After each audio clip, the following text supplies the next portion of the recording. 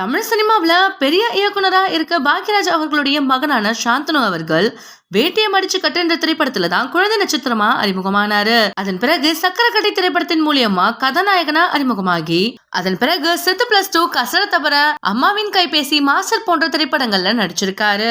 சாந்தனு அவர்கள் சினிமாவில அறிமுகமான பிறகுதான் கீகி அவங்கள காதலிச்சு திருமணம் பண்ணிக்கிட்டாரு.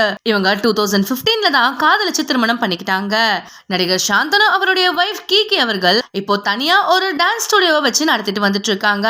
ஆக்டர் சாந்தனுவும் அவருடைய மனைவி கீகியும் சில வருடங்களுக்கு முன்னாடி யூடியூப் சேனல் ஒண்ணு ஆரம்பிச்சு அதுவும் ஒரு சைடு நல்ல சக்சஸ்ஃபுல்லா போயிட்டு இருக்குன்னு தான் சொல்லணும். இந்த நிலையில யூடியூப் பக்கத்துல நிறைய பேர் உங்களுக்கு கல்யாணமாகி 10 வருடம் ஆகியும் ஏன் குழந்தை இல்லைன்னு கேள்வி கேட்டுட்டு வந்துட்டு இருக்காங்க.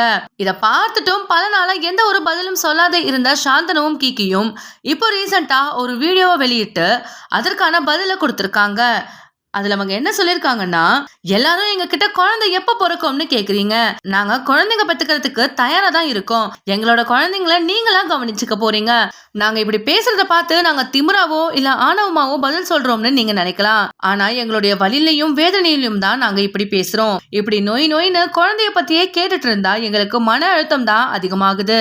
கடவுள் எங்களுக்கு எப்ப குழந்தை கொடுக்கணும்னு இருக்கிறாரோ அப்ப குழந்தைய கொடுக்கட்டும். இனிமே யாரும் தயவு செஞ்சு இந்த குழந்தை விஷயத்த பத்தி கமெண்ட் பண்ணாதீங்கன்னு கீகி அவர்களும் சாந்தனு அவர்களும் சொல்லியிருக்காங்க. அதே வீடியோவுடைய கடைசியில எங்களுக்கு குழந்தை இருக்கணும்னு நினைச்சு அன்பால கேட்கிற எல்லாருக்குமே ரொம்ப நன்றி. ஆனா அதே கேள்வியை திருப்பி கேட்டுட்டு இருந்தா மனசுக்கு ரொம்ப கஷ்டமா இருக்குன்னு 2 பேரும் ஷேர் பண்ணிருக்காங்க.